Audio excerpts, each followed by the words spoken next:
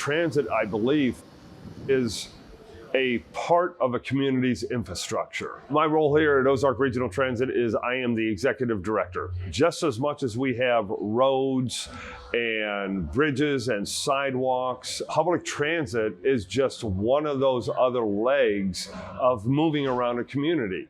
I work for Trailblazers, and I'm the manager of community programs there. It's important to have transit here in Northwest Arkansas because of our growth and our encouragement for people to move here and make their home, their jobs, and their life. And right now we don't have the transit opportunities to support the number of people that are coming to this area.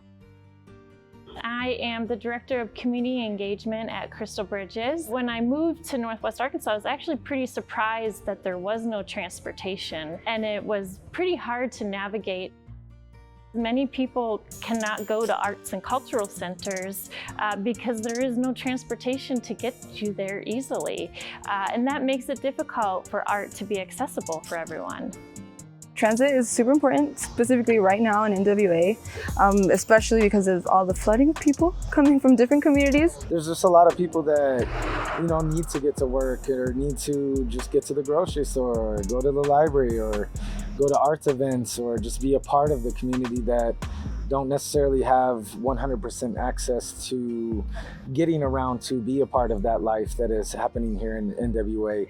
Transit can provide service to each and every one of the individuals that are across our community, whether we're talking about people using it for entertainment, people using it to go to employment, people using it to go to educational opportunities. We're looking at medical facilities, getting people to something as simple as a eye appointment, or if they've got to go to the hospital for whether it's a procedure or a checkup, all the different things that transit can do, and that is the importance of it.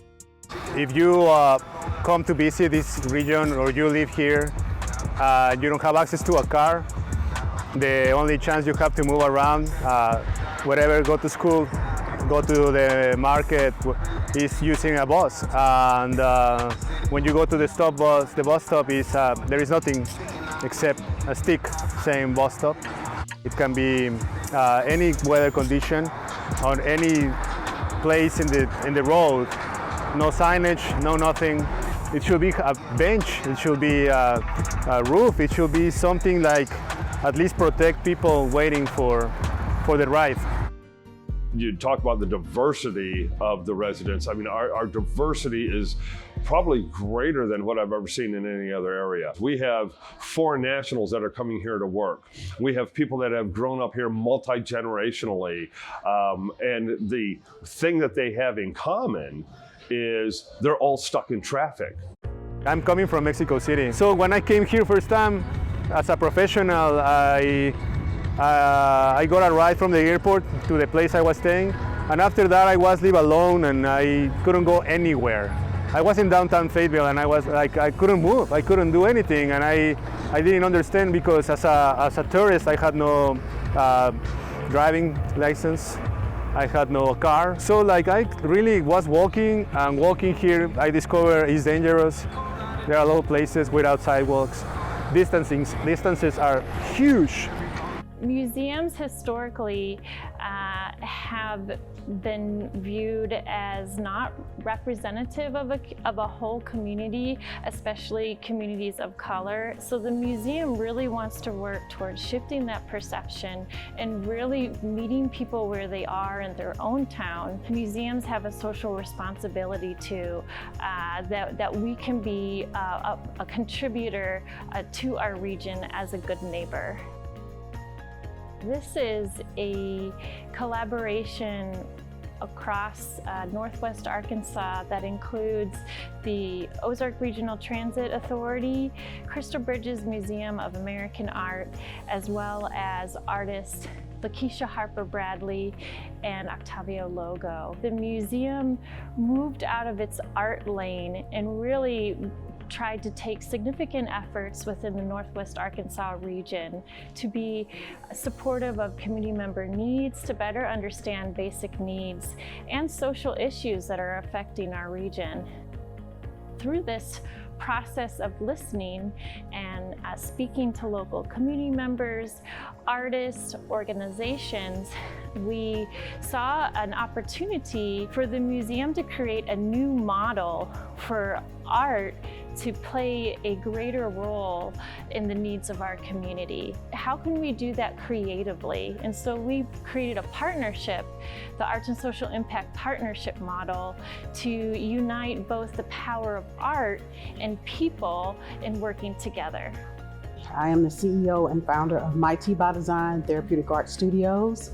I am the 2022-23 Artist in Residency with the Crystal Bridges Ozark Regional Transit Arts and Social Impact Program. I really see myself in this space of helping to create awareness and helping to create opportunities or platforms for conversation and I'll say good change within the transit system here in the Northwest Arkansas region. And we're doing it through art. Art has a unique way of connecting people and connecting communities. And so what better way to do that with Ozark Regional Transit that also does the exact same thing. I see this year as a year of me really listening. I'll say listening to understand and move with empathy, not only in this position, but also as we work closely with the members in our community. The Ozark Rail and Bus Transit Society, my organization, is primarily it's about building democracy. If enough people use transit and the demand at the pump goes down, the price goes down. So even if people aren't riding transit themselves, they will still see a benefit.